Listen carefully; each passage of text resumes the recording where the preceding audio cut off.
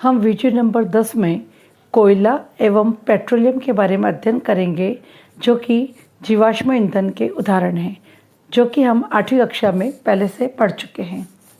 हमने कुछ स्रोत जैसे वन, वन्य जीवन तथा जल के संरक्षण एवं संपोषण से संबंधित अनेक समस्याओं की चर्चा की है। यदि हम इनके संपोषण के उपाय अपनाएं तो उससे हमारी आवश्यकता की पूर्ति भी होती रहेगी। अब हम एक और महत्वपूर्ण संसाधन जीवाश्म ईंधन यानी कोयला एवं पेट्रोलियम पर चर्चा करेंगे, जो कि ऊर्जा के प्रमुख स्रोत हैं। औद्योगिक क्रांति के समय से हम लगातार अधिक से अधिक ऊर्जा की खपत कर रहे हैं। इस ऊर्जा का प्रयोग हम दैनिक ऊर्जा आवश्यकता की पूर्ति तथा जीवनोपयोगी पदार्थों के उत्पादन हेतु कर रहे हैं।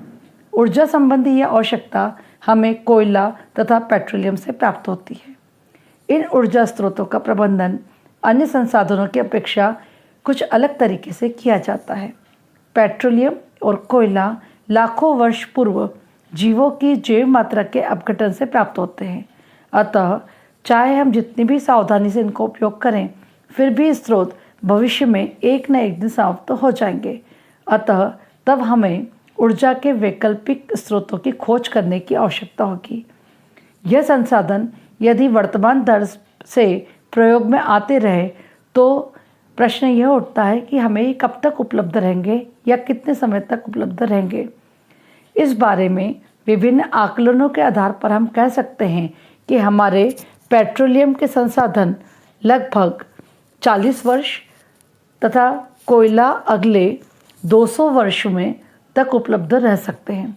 परंतु जब हम कोयले एवं पेट्रोलियम की खपत के बारे में विचार करते हैं तो ऊर्जा के अन्य स्रोतों के विषय में विचार करना उचित नहीं है, क्योंकि कोयला एवं पेट्रोलियम जैव मात्रा से बनते हैं, जिनमें कार्बन के अतिरिक्त विभिन्न प्रकार के दूसरे तत्व पाए जाते हैं, जैसे हाइड्रोजन, नाइट्रोजन एवं सल्फर। और जब इनका दहन किया जाता है, अर्थात इन्हें जलाया जाता है, तो कार्बन डाइऑक्साइड, जल, नाइट्रोजन व सल्फर के ऑक्साइड बनते हैं।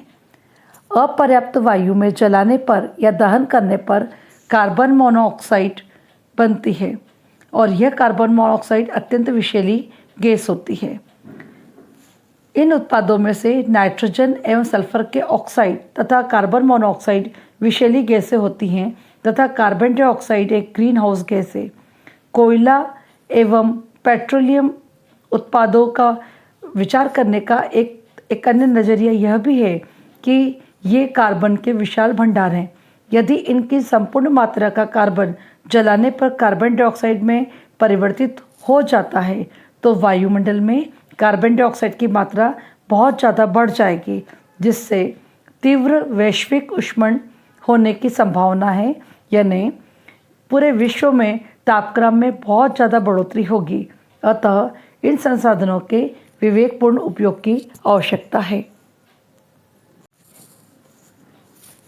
कुछ सरल विकल्पों से हमारे ऊर्जा की खपत में फर्क हो सकता है।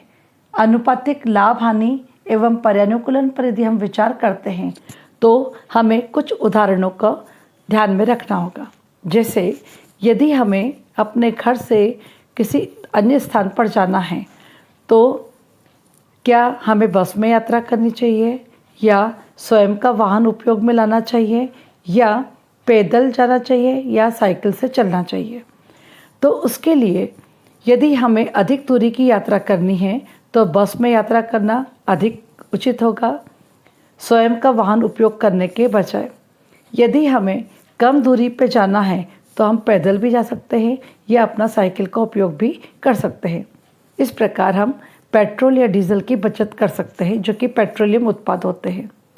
दूसरा है घरों में एलईडी बल्ब या फ्लोरोसेंट ट्यूबलाइट का उपयोग करना। जैसा कि हमें ज्ञात है कि एलईडी बल्ब में विद्युत ऊर्जा की कम खपत होती है फ्लोरोसेंट ट्यूबलाइट के बदले। अतः एलईडी बल्ब का उपयोग करना हमारे लिए अधिक उपयोगी होगा। फिर है यदि हमें किसी ऊंची इमारत में जाना है तो क्या हमें लिफ्ट का उपयोग करना चाहिए या सीढ़ियों का उपयोग करना चाहिए?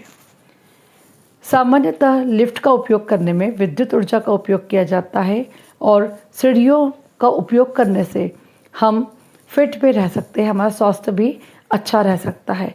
इसलिए यदि हमारा शरीर साथ दे तो हमें सीढ़ियों का उपयोग करना चाहिए।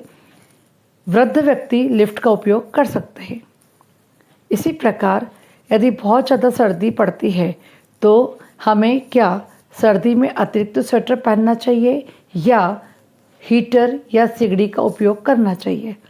डेफिनेटली आपका उत्तर होगा कि हम एक अतिरिक्त स्वेटर पहन सकते हैं, क्योंकि हीटर का उपयोग करने के लिए विद्युत ऊर्जा की आवश्यकता होगी और सिगड़ी के लिए कोयले या लकड़ी की आवश्यकता होगी।